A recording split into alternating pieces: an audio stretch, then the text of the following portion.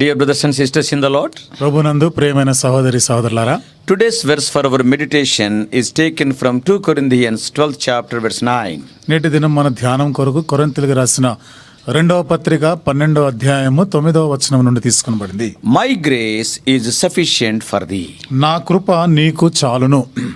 Apostle Paul was a great man of God. అపోస్తలుడైన పౌలు గొప్ప దైవజనుడు. He was used mightily more than any apostle for the propagation of the gospel and the establishment of the churches. సువార్త వ్యాప్తి చెందడానికి, సంఘాలు స్థాపించే విషయంలో మిగతా అపోస్తలులందరికన్నా ఎక్కువగా ఘనముగా వాడబడినవాడు అపోస్తలుడైన పౌలు. He was doing great work for the Lord. దేవుని కొరకై గొప్ప కార్యం ఆయన చేస్తూ వచ్చాడు. Yeah, God knows the hearts of all people. దేవునికి మనుషులందరి హృదయం తెలుసు. He knew that Paul could become puffed up with the pride due to the many revelations he had in relation to the New Testament church principles. క్రొత్త నిబంధన సంఘం యొక్క నియమాల మాటకు వస్తే అపోస్తలుడైన పౌలు కలిగిన విశేషమైన ప్రత్యక్షతలను బట్టి అతడు మరి ఉప్పొంగిపోతాడని, కొంచెం అతిశయంతో ఉప్పొంగిపోతాడని దేవుడికి తెలుసు. Paul was given wonderful mysteries.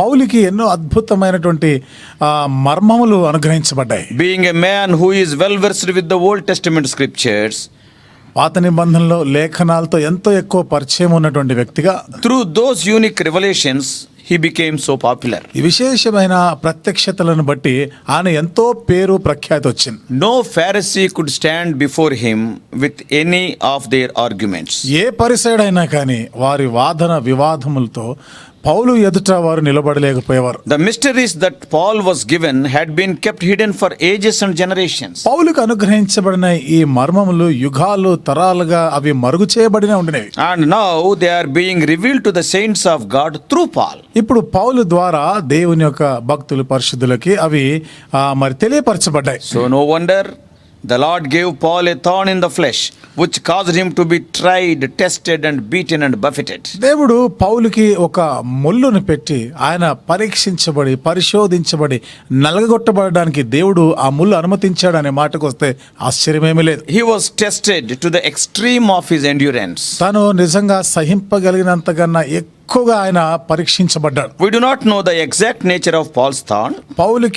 పౌలులో ఉంచబడిన ఆ ముళ్ళు యొక్క స్వభావం ఏంటిదో మనకి పూర్తిగా తెలియదు. And we do know that in addition to that it is known as Satan's messenger. మనకు తెలిసినది దానికి అదనంగా సాతాను దూతగా ఉంచబడ్డాడు అనేది మనకు తెలుసు. So what does it mean? అంటే దాని అర్థం ఏమిటి? God also permitted his beloved bond servant to experience significant suffering. దేవుడు తన యొక్క దాసుడైనటువంటి ఈ పౌలుకి ఎంతో ముఖ్యమైనటువంటి శ్రమల గుండా వెళ్ళడానికి అనుమతించాడు. He faced dangers, hardships and rejections. అపాయములు, కష్ట పరిస్థితులు, తృణీకారము ఇవన్నీ ఎదుర్కొన్నాడు ఆయన. The weaknesses can be termed as inabilities. చూడండి, ఈ బలహీనతల్ని అసమర్థులుగా కూడా చెప్పొచ్చు. He went through insults which added pain to his injuries. చూడండి, తనకి కలిగిన గాయాలు మాత్రమే కాకుండా ఆయన ఎంతో కించపరిచినటువంటి అవమానపరచబడిన పరిస్థితులు గుండా వెళ్ళినాడు. Hardships are the serious urgent needs. చూడండి, కష్ట పరిస్థితులు అనేవి ఎంతో అత్యవసరమైనటువంటివి. Persecutions means being hunted like an animal.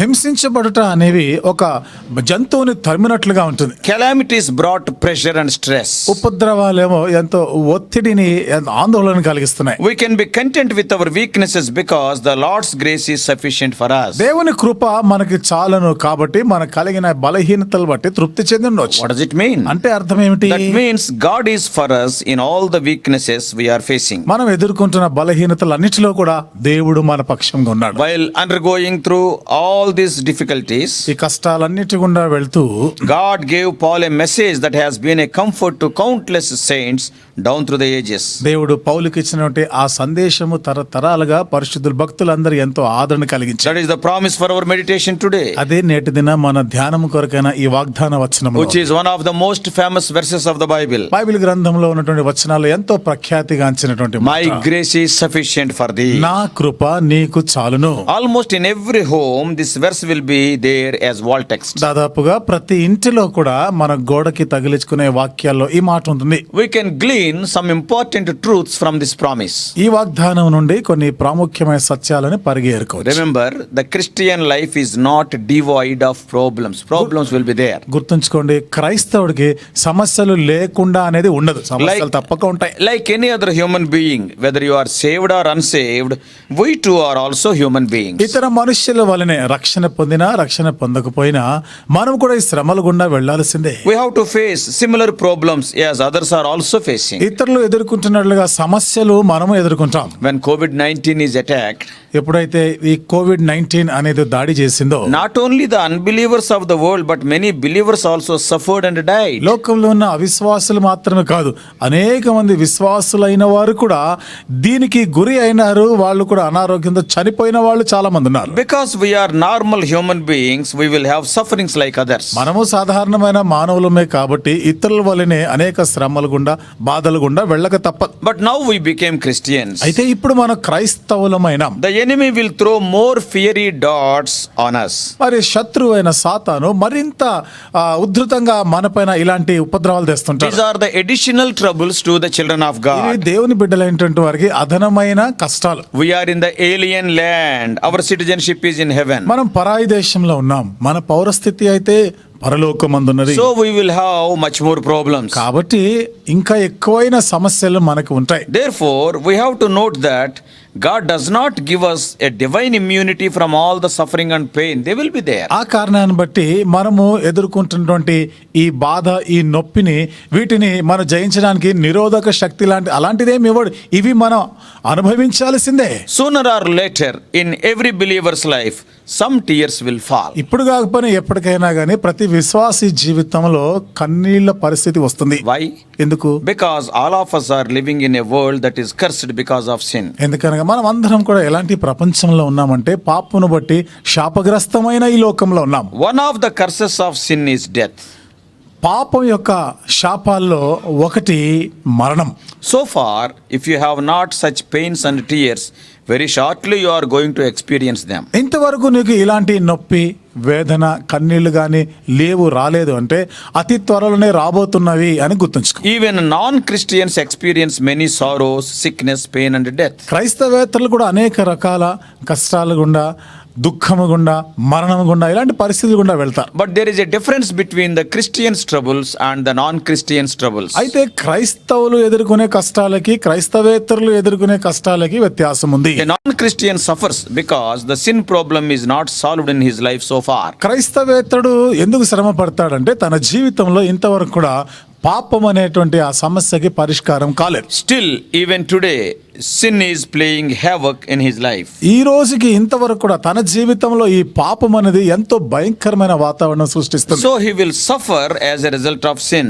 కాబట్టి ఈ పాపము ఫలితాన్ని బట్టి అతడు శ్రమల గుండా వెళ్తాడు. But in believer's life, అయితే విశ్వాసుల జీవితంలో often such troubles are as a part of God's training and chastisement. ఈ కష్టాలు అనేవి అనేక పర్యాయాలు దేవుని యొద్ద నుండి వచ్చినటువంటి శిక్షగా, క్రమశిక్షణలుగా ఉంటాయి మనకి. They are allowed with a divine and eternal purpose. దైవికమైన నిత్యమైన ఉద్దేశాలతోనే అవి అనుమతించబడుతూ ఉంటాయి. God never allows any pain in the life of the child without any purpose. దేవుడు తన పిల్లల జీవితంలో ఏ ఉద్దేశము లేకుండా ఏమి ఆయన ఈ కష్టాలు అనుమతించారు. Whatever God allows, that only will happen in a believer's life. దేవుడు ఏది అనుమతిస్తే అది మాత్రమే విశ్వాసి జీవితంలో జరుగుతుంది. It is a purposeful suffering. కాబట్టి ఇది ఉద్దేశపూర్వకమైన శ్రమలు. It is a lie of Satan when Satan says, because you are a Christian, you will have more prosperity and never sick and no pain at all. సాతానుడు చెప్పే ఒక అబద్ధం ఏమిటిదంటే, ఇదిగో నువ్వు క్రైస్తవుడు కదా కాబట్టి నీ జీవితంలో కష్టాలు, దుఃఖము, శ్రమలు, సమస్యలు ఇవన్నీ రావు అంటాడు. Satan likes to promote that doctrine which is widely known as prosperity gospel today.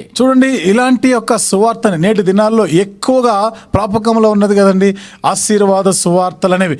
వీటిని వాడు ఎక్కువ ప్రచురం చేయగోరుతున్నాడు. Satan uses this doctrine to spoil a person's faith. సాతాను ఈ బోధని ఉపయోగిస్తూ ఒక వ్యక్తి విశ్వాసమును తప్పిపోవడానికి వీటిని ఉపయోగిస్తాడు. So as soon as they have a painful experience such as death in the family, they then feel that the Lord Jesus has failed them. ఇలాంటి బాధకరమైన ఒక పరిస్థితి వారు ఎదుర్కొన్నప్పుడు, లేదా తమ కుటుంబంలో ఒక ప్రియమైన వారిని కోల్పోయినప్పుడు, మరణించినప్పుడు, అప్పుడు వెంటనే వాళ్ళకు వచ్చే ఆలోచన, దేవుడు నా విషయంలో ఆయన పొరపాటు చేసినాడు అంటారు. And what should be our initial response to painful experiences? ఇలాంటి బాధకరమైన అనుభవాలు గుండా వెళ్తున్నప్పుడు ప్రాథమికంగా మన ప్రతిస్పందన ఎట్లా ఉండాలి? We have to pray. మనము ప్రార్థన చేయాలి. Jesus is a friend also to bear our sins and griefs. యేసు ప్రభు వారు మన యొక్క పాపము మన దుఃఖములు భరించగలిగే ఒక స్నేహితుడు కూడా. You can carry everything to prayer to him. ప్రార్థన ద్వారా సమస్తమును ఆయనకు చేరవేయొచ్చు. Prayer does not always mean that we will automatically escape the pain or sorrow. ప్రార్థన అనగానే మనము ఎదుర్కొనేటువంటి దుఃఖము బాధ వీటిని తప్పించుకోవడానికి అనుకోవద్దు.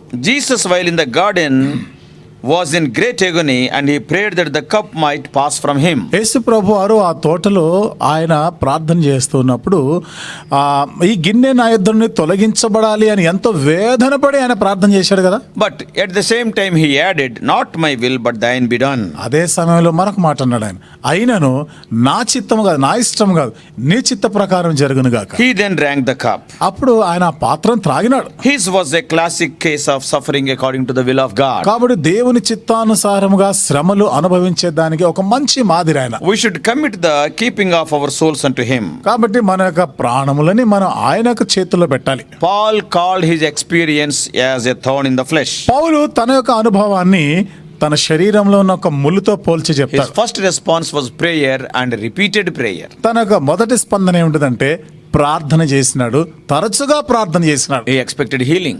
ఆయన స్వస్థత గురించి ఆశించాడు. But instead of healing, అయితే స్వస్థతకి బదులుగా God actually gave him something better. That is the promise of God. దేవుడు మరింత మెరుగైనది, శ్రేష్టమైనది ఇచ్చాడు. అదే దేవుడిచ్చిన వాగ్దానం. My grace is sufficient for you.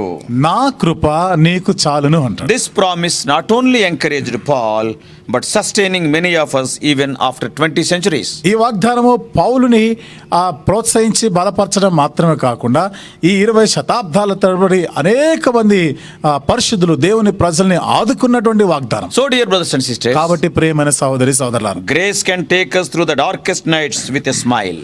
ఈ కృప అనేది కష్ట పరిస్థితుల్లో కూడా ఒక చిరునవ్వుతో మనల్ని నడిపించేది. Grace will sustain us when all else has failed us. అన్ని విషయాలు అందరూ కూడా మన ఎడల తప్పిపోయినప్పుడు ఈ కృప మనల్ని ఆదుకునేది. The grace will turn our crosses into crowns. కృప మన జీవితాల్లో ఎదుర్కొనే సిలువ పరిస్థితుల నుండి కిరీటాలుగా మార్చగలిగే. Therefore let us desire for the grace of God. కాబట్టి దేవుని యొక్క కృప కొరకు వాంఛిస్తాం. Perhaps you may be going through some trouble now. ఒకవేళ ఇప్పుడు ఈ సమయంలో ఏదైనా కష్ట పరిస్థితి కూడా వెళ్తున్నావేమో, Don't get discouraged. నిరుత్సాహపడొద్దు. It is with a purpose. ఇది ఒక ఉద్దేశంతోనే. Claim his purpose. ఆ ఉద్దేశాలను కోరుకో. Claim his promise. ఆయన వాగ్దానాలను కోరుకో. His grace is sufficient for you. ఆయన కృప నీకు చాలును. May God help you. దేవుడు నీకు సహాయం చేయను గాక.